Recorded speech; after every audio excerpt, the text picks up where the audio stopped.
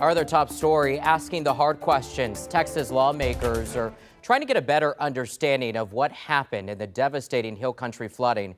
For several hours now, a joint committee has been questioning state officials. KENS 5's Andrew Moore has been keeping a close eye on these discussions. Andrew, what have you learned?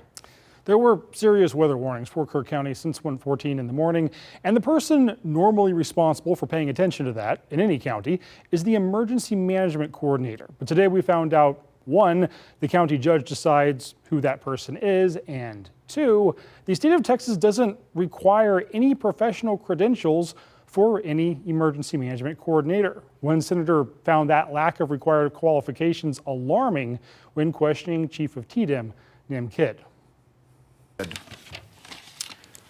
You said emergency coordinators qualifications. There are no qualifications. It's an assistant basically to the mayor or judge. They can appoint somebody, correct? Yes, sir. And that's it. There's one sentence and there's no qualifications whatsoever, right? Yes, sir. That's a concern. And meanwhile, we do know Kirk County has a person with the title of emergency management coordinator, but we still don't know if they were playing that part at that time.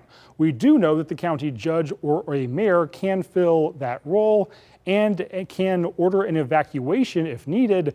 But senators also found out today it looks like no Kirk County leader ever started an evacuation in this case. When was an order for evacuation ordered? I do not believe there was ever one ordered, sir. There was never one ordered. To my knowledge, I'm not aware of one, no. And we also found out more about what was going on when the Department of Emergency Management got to Kirk County that morning. We're going to talk more about that at 5 o'clock. Henry?